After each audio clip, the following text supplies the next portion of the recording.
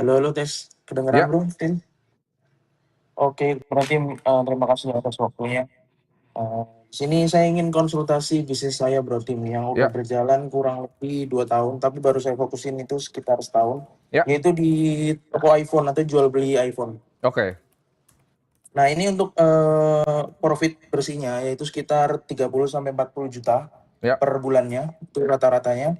Terus untuk operasional sendiri itu ada di angka 10 sampai 12. Hmm. Nah, itu termasuk angsuran karena saya punya kur itu sisa 80 jutaan, Ya. punya utang kur, terus juga untuk aset Berapa utang lancar yang kurnya? berjalan. Utang kurnya 80 jutaan. Itu cicilannya per bulan 3 juta. Sisa 80 jutaan. Terus untuk aset lancar berjalan sekarang tuh ada di 330.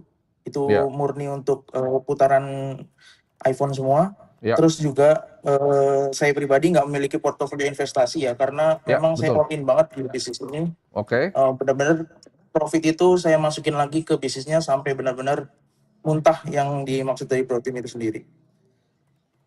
Jadi gini Bro Tim, pertanyaannya adalah, kan saya punya karyawan satu nih Bro Tim. Saya ya, masih ngurus semuanya tuh sendiri, mulai dari marketing, mulai dari operasional, semuanya benar-benar saya sendiri. Nah, saya ini agak kesulitan untuk membuat tim atau SDM yang bagus. Nah, itu ya. kira-kira untuk SDM yang bagus itu untuk target saya sendiri itu untuk profit saya pengen di angka 100 juta per bulan. Oke. Nah, itu Double berarti omsetnya ya. untuk ya saya pengen di 100 juta per bulan.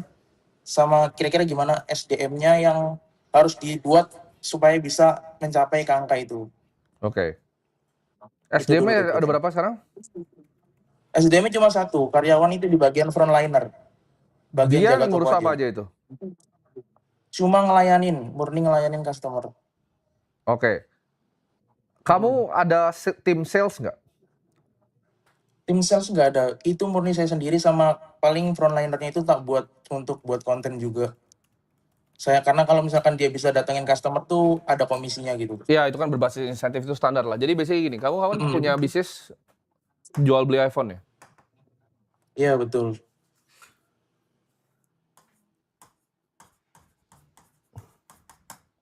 Nah, ini teman-teman di rumah yang belajar tentang jual beli apapun, yang mau iPhone atau barang apapun harus belajar ya. Ini kuncinya cuma ada beberapa. Satu adalah perputaran modal.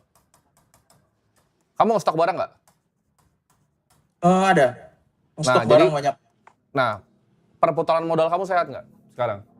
Ada sistemnya gimana? Perputarannya, Orang bisa DP dulu kah atau gimana? jadi kan kalau misalkan iPhone tuh per hari pasti ada pengeluaran ya, ada penjualan lah, Ya, penjualan itu. Jadi setiap hari pasti ada putaran. Maka dari itu sebenarnya bisnisnya tuh modalnya tuh sebenarnya masih bisa dibilang masih kurang.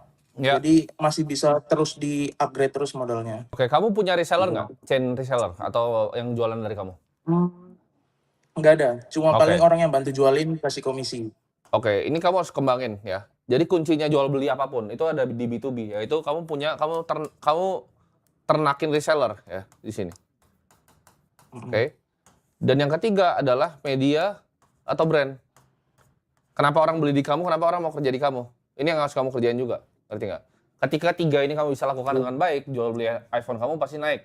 Nah, ini tapi harus ada sistem manajemen ya kan di sini. Nah, gimana cara punya manajemen yang bagus? Satu, itu berbasis insentif. Kamu udah kerjain tadi kan? Kalau orang jualan lebih, Iya dia dapat betul. duit. Oke. Dua, yang kamu harus lakukan untuk bisa manajemen SDM adalah kamu punya SOP yang bagus. Dan QC kalau di bagian jual beli handphone. SOP kamu sama quality control kamu harus eksepsional. Gitu. Kamu harus bisa create sistem. Kamu udah pernah create SOP belum buat karyawan kamu? Udah, cuma bagian frontliner aja bro. Iya, itu kenapa nggak semuanya di sistemin? Nah Problemnya di ini mana? Kamu kan kendalanya ada tuh, laba bersih 30-40 juta nih. Kenapa nggak kamu hire orang lagi? Kamu ya bisa gaji orang 7 juta udah bagus kan? iya betul. Cuma gini berarti, apa namanya, saya masih bingung, kira-kira bagian mana yang paling penting untuk di-hire dulu. Karena Oke, dari kan tiga ini menurut kamu yang penting sebenarnya yang mana nih? hmm, Kamu nyangkutnya di mana? Kamu belum sales, punya B2B kan? yang Kamu hire jualan. orang B2B. Kamu cari yang biasa main reseller yang jago-jago. Misalnya di Roxy atau di mana. Nah, nah itu kebetulan berarti itu di pertanyaan selanjutnya. Saya Ya. juga ada beberapa, saya juga diajakin kan, diajak kerjasama sama supplier juga untuk kita kerjasama B2B kayak gitu. Jadi fokusnya juga ngejualin jadi reseller itu.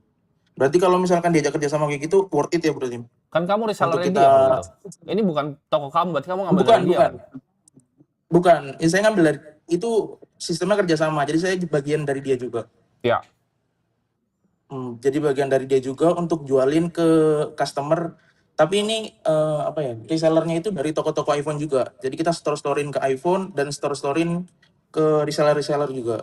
Ya. Cuma Ya, ya kalau misalkan B2B, intinya kamu harus B2B kuat. marginnya itu tipis berarti. Ya, Iya, kamu cari SDM-nya di B2B. Buat perputaran modal kamu harus ada orang kuat juga di sini. Ya, ini pokoknya 3 pilar ini harus ada orang, ada key person ya. Mending 30-40 juta kamu pakai buat ini. Buat hiring 3 orang ini. Gitu. Itu skala prioritasnya.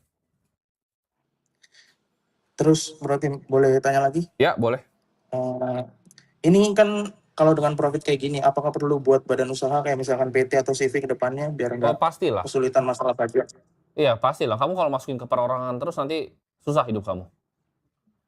Berarti mending apa, bro? Ya PT PT lah atau pasti. CV? Pasti PT PT lah. aja ya. Iya, ngapain kamu bikin CV? Terus gini bro Tim, ini Ya. kan udah mulai ada investor yang masuk ya. Ada yang mau nawarin tanam modal. Cuma tanam modalnya itu sistemnya kayak gini. Misal dia investornya itu nanam modal 100. Nah, misal dalam jangka waktu setahun. Nah, 100 ini saya puter, cuma dia investor ini tak kasih 3 juta per bulan. Selama 1 tahun. Nah, setelah 1 tahun saya balikin Kamu uang kasih 100 juta itu. 3% per bulan ke dia. Iya, 3% per bulan. Ngapain pertanyaannya? Dimasukin 100 itu buat apa? Kamu bisa untung bersih Karena kan 30-40 juta. Buat apa kamu tujuannya buat kamu nambah. itu kan kamu kayak bonds, itu kamu kayak hutang yang bunganya 3%. Itu deal nggak ada otak sih Iya. kalau menurut gua. Oh, berarti nggak worth it kalau misalkan Kamu mau kasih nggak kayak gitu. ngutang sama sih, Investor. saya ngutangin kamu aja, kamu kasih 3% sebulan. Saya mau ngutangin kamu 3% sebulan. Bank tuh ngasih 3% setahun. Kamu ngasih 3% sebulan ke dia. Dengan dikasih duit yang cuma senilai 2,5 bulan pendapatan bersih kamu. Masuk akal nggak itu? Enggak sih bro sebenarnya. Ya, ngapain? Gitu. Oke. Fokus aja, fokus di usahanya. 3 lever ini kamu benerin, SDM-nya kamu bikin SOP sama quality control yang benar. Gitu.